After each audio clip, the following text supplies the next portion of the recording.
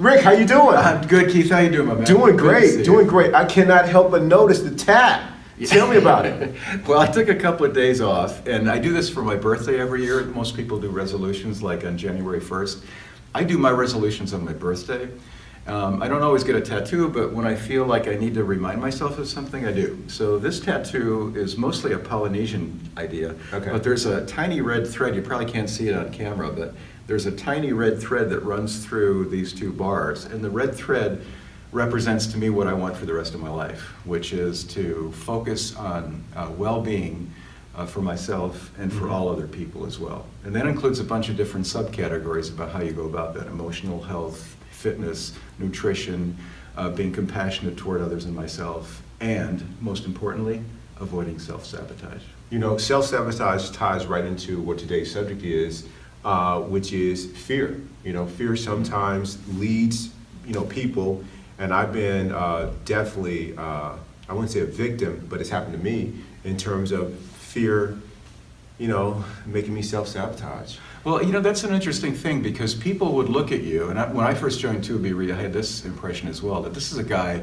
that doesn't feel much threat about anything. He's physically fit, he's strong, he's articulate, he's got the world by the butt. How in the world would he ever have fear? Give us an example of something that made you afraid. Oh, Rick, what have I not been afraid of?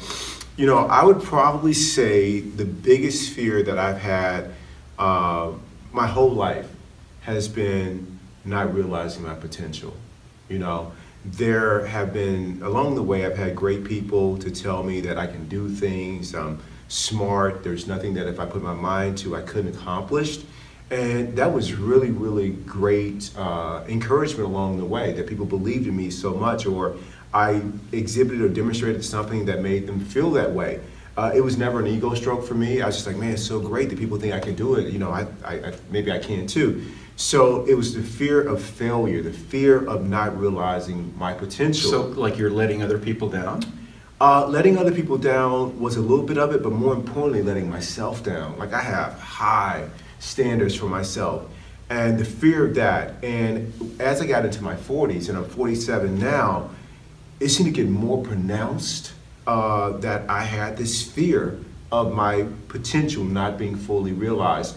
And I would say, to be quite honest, it was just in the last 3 to 4 weeks that I finally overcome that fear. No kidding.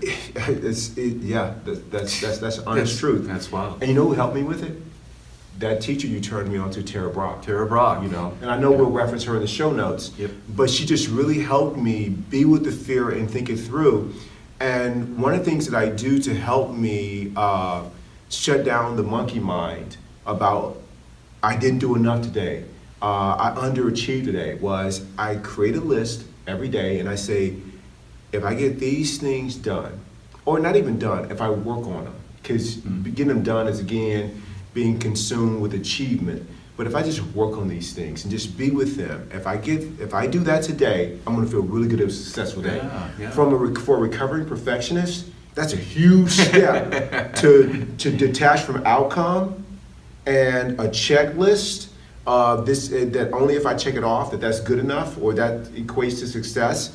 To get beyond that and just be with, if I make the effort today, an honest effort to where I can say I gave my best to it today, then I'm pleased, I'm content. Wow. And so I got with that. So at age 47, specifically, my whole thing over the last 10 years, I've been completely committed with making a difference in people's lives, helping them reach their goals. And so now at 47, it's not about the number of lives that I've affected or helped, be better, or people reaching their goals. It's about, can I say to myself, I gave my best to that relationship. I gave my best to that person's goals. And I can say that now. And so finally, I've got peace around this fear of unrealized potential. Wow. Well, I don't have anything as grandiose, honestly, as living up to potential. My fears are mostly about day-to-day things. My fear of failure is huge. In fact, I get nervous still at this age, going to work every day for fear that I'm going to blow something. I'm going to blow a deadline, I'm going to misinterpret something, I'm going to read something improperly, and somebody's life will be affected. That's one kind of fear. Another kind of fear is like, with a relationship, a new relationship. If you have a date with someone or you start really, really relating to this person, then I get afraid that maybe it's going to be successful, and there's a fear of success that comes as well. And from that fear of success, I get the impression that what the self-sabotage is about is saying, okay, if you're successful, then you have a responsibility. And that responsibility maybe I don't want, so I'm fighting that. So my point is that I think fear is tied up with a lot of little mundane things in life that accumulate, and you have to have an overall strategy for dealing with it. You use Tara Brach. The one thing that really helps me is I try to remind myself that most of what I worry about are fantasy obstacles. They're not real obstacles. And a lot of times I think what we need to do is to just let life proceed. Be courageous about moving in the direction that you want to go, like your 3 main ideas that you have to accomplish every day or you work on every day. Move in that direction, but just swallow the fear and just dang do it. Right. Well, I had a question for you regarding, let's take the one on fear of failure first. With your fear of failure, like how, when you're not being present to just being in the process and just proceeding in the direction of it, how does the fear of failure, how do you deal with it? For example, do you I just over-prepare, Keith. Like I just work on it and work on it and work on it, and I just over-prepare. Like I have a friend who has to do presentations in corporate America quite often, and so he'll miss workouts so he can get to the office and be the first one there because he's got this thing, no one is going to outwork me. And he's learning now that that's come at a price, that his health and his stress level have paid the price for that, because he isn't taking care of himself the way he could. So how does it show up for you when you're worried about fear of failure? Did you get this right, that you read, that you miss something? How do you deal with that? Well, preparation is always important, no doubt about it. I mean, you can't wing stuff that's really critical, and I don't. But preparedness for me is meaningless. I'm still just as scared as if I didn't prepare. So that's a waste of your energy. No, I really need it. No. I mean, the preparedness is important. Yeah. But to obsess about it and the anxiety that comes along with it, that is really not serving you. That's not serving me, and that's another great thing to remind yourself. How is this pain that I'm feeling, this rejection or this potential of failure? How is that showing up for me? And it's making me more likely to fail. Right. And if you can just get past that and just power through it. I mean, I think some things in life you just can't, I hate to use the word, but I think it's true. You just can't baby yourself about it. It's okay, I'm afraid. God damn it, I'm afraid, I hate it. But here I am. And let's do it. So let's do it. Let's do it. Yeah, and you said something like, if you can minimize, like you said, I think you said that in Zen, life is suffering, right? That's right. That's the first noble truth. All life is suffering. So if you can just do the things to minimize the suffering or the impact of it, then it allows you to just go through like, hey, this is the part of it. Let me do what I can to, exist with it and go through it. Yeah, I'll tell you what the Zen solution, I think, is more or less the attitude that all of your suffering comes from expectation, that you want a certain outcome. I want to succeed, right? Okay, so if you take away that want to succeed, you shouldn't have any issue. Right. But that's tough in this culture. Right. I mean, that's the rub, right? That's the rub, babe. That's it. Okay. Now, the other thing you touched on was the fear of success, like in particular with the relationship. So that's something that, I haven't struggled with fear of success. I mean, like, bring it on. I want to experience that.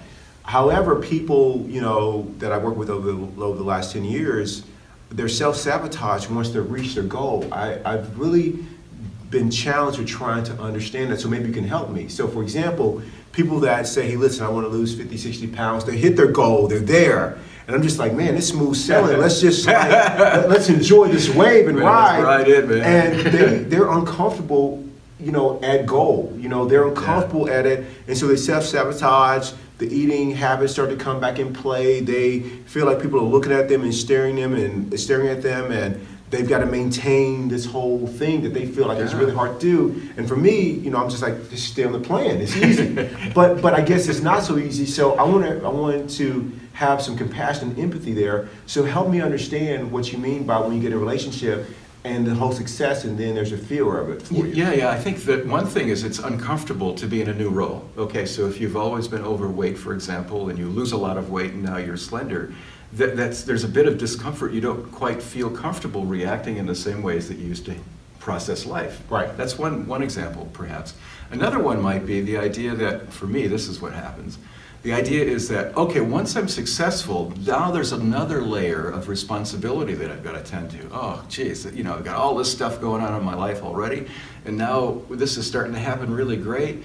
I don't know if I want this because I'm too lazy to want the responsibility. So in a relationship, so it's easier to self-sabotage it, and you don't have to worry about the responsibility. Yeah, and then also, here's the other thing about fear that I think is really insidious, really terrible, and that is that when you pull something like that on yourself, and I've done that, when you do that and you deprive yourself of this beautiful relationship or this beautiful opportunity to succeed in life, what happens is you end up feeling like you've not accomplished anything, and that creates more fear about doing it again. Right. I mean, it's like this self-fulfilling cycle thing that goes, and that's just horrible. You get on that thing, and it's as bad as the coffee alcohol cycle. Right. And you mentioned something about, you know, it comes with responsibility. So, and you know, I was listening to this teacher, and they were talking about how many thoughts that human beings have in the course of a day, so many tens of thousands of thoughts we have during a day, most of which, the majority of which, 90% or more, are totally lies and untrue. Like, and you call them fantasies, you know, true. And things like that. So with the responsibilities, so perhaps the fear of the success of a relationship comes with all these responsibilities. You've created this fantasy or this story that where responsibilities are defined as something that's bad, that's more work, that's more to do. That's right. And it may not be that, you know, that may be untrue. Maybe as easy as breathing. Exactly. And you've deprived yourself of that opportunity Because to of find the fear. out, because of the fear. But fear is that kind of thing. It's exactly right. I think it's mostly false. If we were to just monitor during the day how many things we're afraid of, Right. and find out seriously at night when you're just drifting off to sleep, really what manifested, what happened, what materialized That I was afraid of today. that I was afraid of, and it's probably going to be zero. Yeah. But you went through all the pain of being Exactly. afraid. Yeah, I mean, and don't get us wrong, fear serves a purpose. You know, from the beginning of time, you know, humankind, we needed it to survive saber-toothed tigers and everything. But in the modern world in which we live in now, that's rarely we need to have that kind of level of fear. It keeps us safe and things like that, and you be cautious and careful.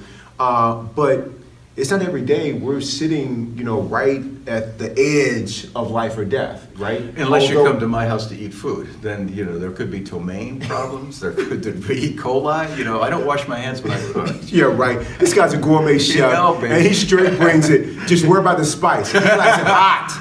Bring the He likes heat. it hot. That's right. Well, Rick, that's our show for today. All right, So man. thank you for sharing about your experience with fear. Lastly, before we finish, what do you do to manage the fear? I don't. I'm afraid all the time. I just motor through it. I'm afraid literally every day. And you're just aware. And I'm aware of it, and I just say to myself, come on, it's just goofball crap. Get Right. through it. And I do the same thing. So Cool. thank you. Thank you, Rick, for today. Hey, buddy. Good. Thank you. you.